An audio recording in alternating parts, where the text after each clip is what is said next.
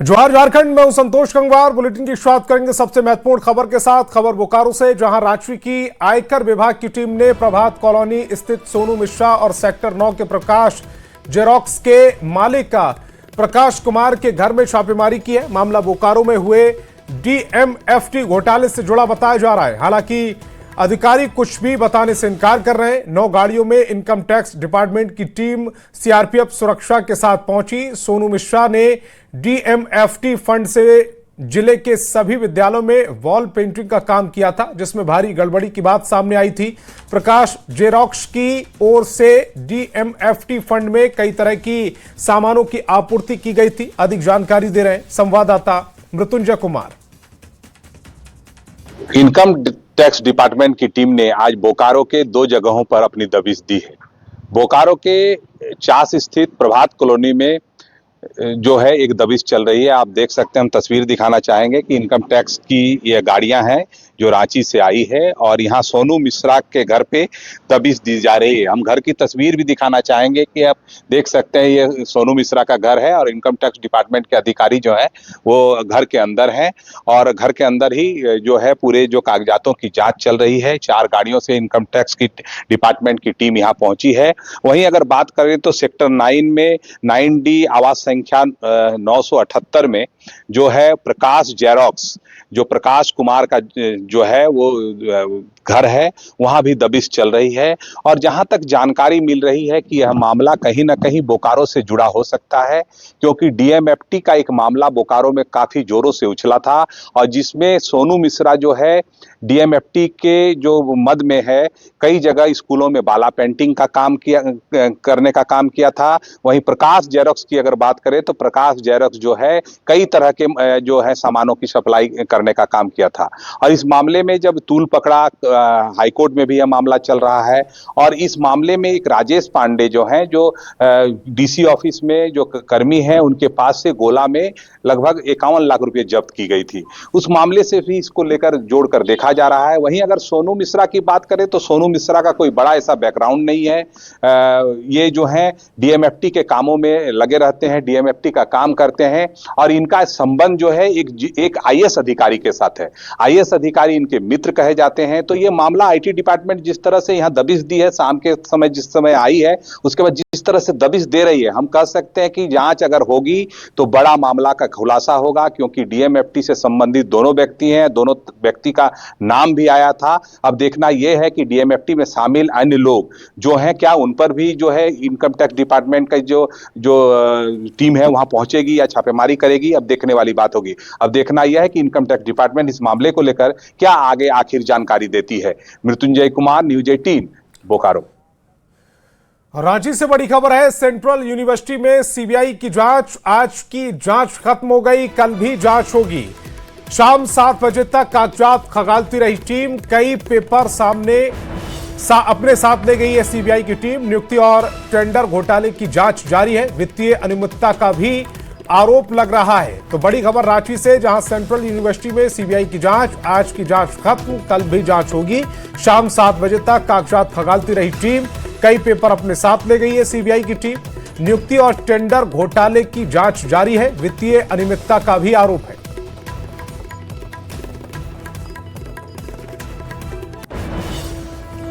खबर गिरिडीह से, जहां सरिया थाना क्षेत्रों के राय तालाब से मानव कंकाल मिला है, जिसके बाद इलाके में सनसनी फैल गई। मछुआरे ने पानी किनारे कंकाल देखकर पुलिस को सूचना दी। घटनास्थल पर स्थानीय लोगों की भीड़ जमा हो गई। पुलिस टीम मौके पर पहुंची और कंकाल को कब्जे में लेकर जांच शुरू कर दी गई है। राय तालाब में जो है एक अननोन लाश मिली और प्रथम दृष्टया देखने से लग रहा है कि वो लंबे समय से वो शव जो है यहाँ तालाब में पड़ी हुई थी। सूचना मिलने के बाद जो है पुलिस यहाँ से ले जा गई है। तो सबसे पहले तो पूरी इसकी जांच, डीएनए जांच के समय थी, किन वजहों से क्या हुआ, खोया हुआ है या कोई गायब है, उसकी पूरी जांच होनी चाहिए। और रांची से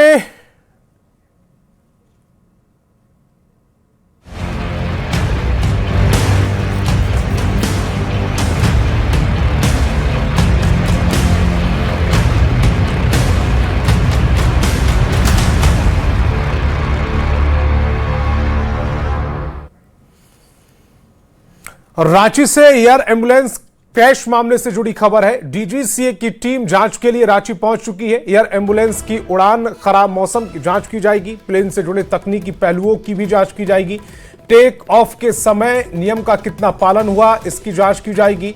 कल चतरा के सिमरिया ये टीम पहुंचेगी। जांच के बाद कल शाम तक रांची वापस आएगी। तो रांची से बड़ी खबर है। एयर एम्बुलेंस क्रैश मामले से जुड़ी बड़ी जानकारी, बड़ा अपडेट। डीजीसीए की टीम रांची के लिए पहुंच चुकी है। एयर एम्बुलेंस की उड़ान, खराब मौसम की जांच होगी। प्लेन से जुड़ी तकनीकी पहलुओं की भी जांच की जाएगी। साथ ही साथ टेक ऑफ के समय कितना नियम का पालन हुआ, उसकी भी जांच की जाएगी। कल चतरा के सिमरिया पहुंचेगी ये टीम। जांच के बाद दोबारा रांची शाम को वापस आ जाएगी।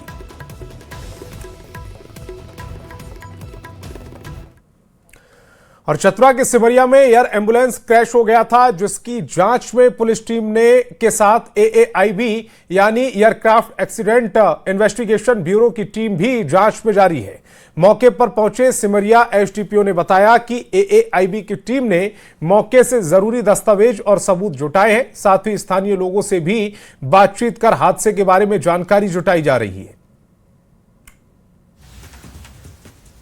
टीम यहाँ पर आई थी और जो उनको जरूरी दस्तावेज और एविडेंस लगे उसको उन्होंने कलेक्ट किया है। और ऐसा ये कल भी सेम एविडेंस वगैरह कलेक्ट करेंगे। उसके बाद इनका जो भी इन्वेस्टिगेशन होगा हमें जानकारी देंगे। और बाकी स्थानीय जो ग्रामीण हैं उन्होंने भी अपना जो बयान है उनके सामने दिया है कि किस तरीके से घटना हुई थी। और खबर चतरा से, जहां कासी यातू गांव के जंगल में हुए एयर एम्बुलेंस हादसे के बाद घटनास्थल पर भारी भीड़ जुट गई। लोग मलबा देखने के लिए बड़ी संख्या में पहुंच रहे हैं, जिससे सुरक्षा व्यवस्था चुनौती बनी हुई। प्रशासन ने एहतियातन एसएसबी के जवानों की तैनाती की है, लेकिन भीड़ पूरी तरह से नियंत्रित नहीं हो पा रही है। बीजेपी सांसद कालीचरण सिंह ने जल्द जांच की मांग की। बहुत बड़ी त्रासदी है और मेरे लोकसभा की खास करके इतनी बड़ी विपदा है कि शब्द नहीं है मेरे पास कहने के लिए। भयंकर विपदा है। 7 परिवार के सदस्यों को हम लोगों ने खोया है। और दुर्भाग्य तो तब है कि जिस मरीज की हम अच्छे सेवा के लिए दिल्ली ले जा रहा था, उसका पायलट भी मेरे ही लोकसभा का है, वो हवाई जहाज भी मेरे लोकसभा का है, मरीज भी मेरे लोकसभा का, उसका पत्नी भी मेरे लोकसभा का, अटेंडेंट भी मेरे लोकसभा, अधिकतम लोग मेरे लोकसभा, मेरे बहुत बड़ी मेरे लोकसभा का विपदा है। मैं इस समय यही कहूंगा, ईश्वर मालिक से कहूंगा कि आप उस परिवार को इतनी बड़ी दुख सहने की क्षमता दें। चतरा जिले के उसी कासियातू के जंगल में मैं मौजूद हूं, जहां बीते देर शाम जो है वो एयर एम्बुलेंस विमान दुर्घटनाग्रस्त हुई थी। आपको तस्वीर दिखाना चाहते हैं कि काफी समय होने को चले और जो मलबा है ये जंगली क्षेत्र में जो है कई जगहों पर जो है वो बिखरा पड़ा है। दरअसल अगर सुरक्षा दृष्टिकोण से देखा जाए तो इसकी सुरक्षा के लिए जो है एसएसबी के जवान तो यहाँ पर जरूर मौजूद है, लेकिन लगातार लोगों की संख्या जो है वो बढ़ती जा रही है। हालांकि इस जगह की अगर बात कर ले तो जैसे ही दुर्घटना हुआ, दुर्घटना होने के बाद जो है यहाँ पर जो ईंधन होता है, ईंधन का जो गंध है वो चारों तरफ फैल चुका है। तो कहीं ना कहीं जो है यह एक नुकसान भी दे सकता है। दूसरी तरफ अगर बात कर ले तो कही जा रही थी जिला प्रशासन के द्वारा कि दिल्ली से जो है विशेष टीम यहाँ पर पहुंचेगी और उसके बाद जो है इस घटना का निरीक्षण करेगी, जांच करेगी। खासकर इंतजार इस बात का है कि ये जो विमान है, विमान में जो एक ब्लैक बॉक्स होता है जिसकी काफी अहमियत होती है, यानी सभी तरह के जो रिकॉर्ड है वो ब्लैक बॉक्स में होते हैं। अब उसका इंतजार है कि जो विशेष टीम कब तक आती है और उस ब्लैक बॉक्स को जो है वो खोजने का काम करती है। क्योंकि जब ब्लैक बॉक्स जो है वो उसकी जब पता चलेगी, जब वो हाथ लगेगा, तो कहीं ना कहीं इस बात को जो है इस बात से यह स्पष्ट हो जाएगा कि आखिर घटना किस कारण से हुई थी, इस घटना के पीछे का वजह क्या था। सुशांत सोनी, न्यूज 18, हजारीबाग। और बजट सत्र के दौरान सदन के बाहर स्वास्थ्य मंत्री इरफान अंसारी और नेता प्रतिपक्ष बाबूलाल मरांडी के बीच बहस हुई। ये बहस रांची में रिम्स 2 के निर्माण से जुड़ी थी, जिसमें इरफान अंसारी ने बाबूलाल मरांडी से रिम्स 2 के निर्माण में बाधा नहीं डालने की अपील की, जिस पर बाबूलाल मरांडी ने कहा कि उनका रिम्स से नहीं बल्कि रिम्स के लिए चुनी गई जमीन पर विरोध है। नहीं बना पा रहे हैं तो बनने दीजिए सर, क्यों ऐसा कर रहे हैं? अरे हम रिम्स 2 का थोड़े विरोध कर रहे हैं, हम स्थान का खाली विरोध कर रहे हैं। अब जमीन का बात सर बताइए। आज आप मेरे जो दृश्य दिखा सर, हम ये हो गए, विचलित हो गए अरे सर। हम क्या परिवार बोल के रहे हैं? आंसू को हम पोषना चाहते हैं सर। अभी हम बोले 10 किलोमीटर हट के बनाइए ना, चलो सर कम्युनिकेशन भी तो देखना पड़ेगा सर। कोई अब जंगल में थोड़ी बना देंगे सर। रोड बनवा देंगे, बनवा दिए बाद में सर, आप लोग तो अरे क्या रोड करवाए बनवा सर? देंगे, चिंता सर कर। विधानसभा किसकी जमीन पर है? आपने विरोध क्यों नहीं किया सर? हम क्यों विरोध करेंगे? विधानसभा किसी जमीन में ही है, हम नहीं चाहते थे यहाँ पर विधानसभा। तो आपको विरोध करना चाहिए था। चलो। झारखंड विधानसभा में जैसे ही वित्तीय वर्ष 2026-27 का बजट पेश हुआ, वैसे ही सियासत भी गर्मा गई। सत्ताधारी दल जहां इसे अगुआ दिशोम जनहित का बजट बता रहे हैं, वहीं विपक्ष ने इसे आंकड़ों की बाजीगरी और झूठ का पुलिंदा करार दिया। 1,58,560 करोड़ रुपए मात्र का आय व्यय बजट सभा में उपस्थापित करता हूँ। झारखंड सरकार ने वित्तीय वर्ष 2026-27 का बजट विधानसभा में पेश किया। वित्त मंत्री राधाकृष्ण किशोर ने बजट को गरीबों के आंसू पोंछने और उनके चेहरे पर मुस्कान लाने वाला बताया। बजट पेश करते हुए उन्होंने झारखंड आंदोलन के पुरोधा शिबू सोरेन को श्रद्धांजलि अर्पित की और कहा कि ये उनके संसदीय जीवन का दूसरा बजट है। 27 का जो बजट है वो 1,58,560 करोड़ रुपए का है, यानी कि पिछले वर्ष जो हमारा बजट था या चालू वित्तीय वर्ष में, अब ये वित्तीय वर्ष समाप्त नहीं हुआ है, वर्तमान वित्तीय वर्ष में जो 1,45,400 करोड़ का बजट था उससे ये अधिक का बजट है। सत्ता पक्ष का दावा है कि अबुआ दिशोम बजट राज्य के गरीब, आदिवासी और वंचित वर्ग के लिए समर्पित है। विपक्ष ने बजट पर तीखा हमला किया। विधानसभा में नेता प्रतिपक्ष बाबूलाल मरांडी ने कहा कि पैसे की कमी नहीं है, फिर भी विकास के काम ठप पड़े हैं। वहीं बीजेपी विधायक पूर्णिमा दास साहू ने भी बजट को निराशाजनक बताया और कहा कि इसमें युवाओं और महिलाओं के लिए कुछ नया नहीं है। किसको हम लोगों ने नजरअंदाज किया है ये बता दीजिए। कोई छूटा हो तो ये बताएं, तो जरूर उस पर हम लोग, आप लोगों की भावनाओं को हम लोग ध्यान और उस पर चिंता करेंगे। अपने शेयर हिसाब पूंजी लगाते नहीं है, खर्च होता नहीं है, यूटिलाइजेशन सर्टिफिकेट जाता नहीं है केंद्र को, तो इनको पैसा नहीं मिलती है। बजट ऐसा होना चाहिए जो हर एक वर्ग को सशक्त करे, समाज के हर एक वर्ग को सशक्त करने वाला बजट होना चाहिए। सिर्फ आंकड़ों का संतुलन बनाने वाला बजट नहीं होना चाहिए। झारखंड बीजेपी के प्रदेश अध्यक्ष आदित्य साहू ने तो बजट को दिशाहीन ही करार दे दिया। उन्होंने बड़े पैमाने पर गबन का आरोप लगाते हुए कहा कि बजट भाषण आधे मन से पढ़ा गया और मुख्यमंत्री भी खुश नजर नहीं आए। 1,58,000 करोड़ का बजट केवल गोल मटोल आंकड़ों का प्रस्तुतिकरण है। इसमें न राज्य के विकास का कोई विजन है, न कोई दृष्टि है। कुल मिलाकर झारखंड का बजट आते ही सियासी रण शुरू हो गया है। सरकार इसे जन कल्याण का रोड मैप बता रही है तो विपक्ष सवाल उठा रहा है कि क्या ये सिर्फ कागजों का बजट है। अब असली परीक्षा बजट के जमीनी अमल की होगी। न्यूज़ 18 के लिए रांची से निरंजन सिंह के साथ गौरव झा की रिपोर्ट। और झारखंड सरकार के वित्त मंत्री राधाकृष्ण किशोर ने 2026-27 का बजट सदन में पेश किया। बजट में कृषि, स्वास्थ्य, शिक्षा और अन्य महत्वपूर्ण विभागों को प्राथमिकता दी गई है, जिसके बाद न्यूज़ 18 संवाददाता आशीष ने Jamshedpur Singhbhum chamber of commerce और इंडस्ट्रीज के लोगों से बातचीत की। ये रिपोर्ट देखिए। झारखंड के वित्त मंत्री ने आज सदन में अपना बजट पेश किया और उस बजट को लेकर जमशेदपुर चैम्बर के लोगों में क्या कुछ प्रतिक्रिया है उनसे सीधे तौर पर हम बात करेंगे कि झारखंड का बजट पेश हुआ और इसको लेकर जो उम्मीद थी, कैसा इसे देखते हैं इस बजट को? देखिए, बजट तो बजट की तरह ही रहता है और जो उम्मीदें थी झारखंड सरकार से वैसा ही बजट पेश किया है माननीय वित्त मंत्री राधाकृष्ण किशोर जी ने। और हमें ये उम्मीद थी कि माननीय मुख्यमंत्री जी जब दावोस जाके आए हैं तो बजट में इंडस्ट्रियल डेवलपमेंट को देख के कुछ एक्स्ट्रा देखने को मिलेगा, लेकिन बजट का पूरा फोकस जो है वो एग्रीकल्चर बेस्ड ही है। 58,000 करोड़ के आसपास का बजट आज झारखंड सरकार ने पेश किया है और इस पे उन्होंने हेल्थ पे 5% करीब 8,000 करोड़ रुपए का बजट रखा है। ये 8,000 करोड़ का बजट जो है इस पे भी उन्होंने मैक्सिमम एलोकेशन इसके लिए किया है कि यहाँ कैंसर रिलेटेड जो भी पेशेंट्स हैं उनके ट्रीटमेंट के लिए हर जिला लेवल पे जो भी सरकारी अस्पताल है सब में फ्री में उसका स्कैनिंग और चेकिंग वगैरह होंगे। मेरा ये एक अच्छा कदम है सरकार का, इसकी हम सराहना करते हैं, लेकिन इसके साथ साथ सरकार को इस पे भी ध्यान देना था कि झारखंड में हेल्थ बजट की और ज़रूरत है, प्लस सरकार को यहाँ पे एक बड़े कैंसर हॉस्पिटल और बड़े हॉस्पिटल्स की प्लानिंग के लिए बहुत ज़्यादा रिक्वायरमेंट थी।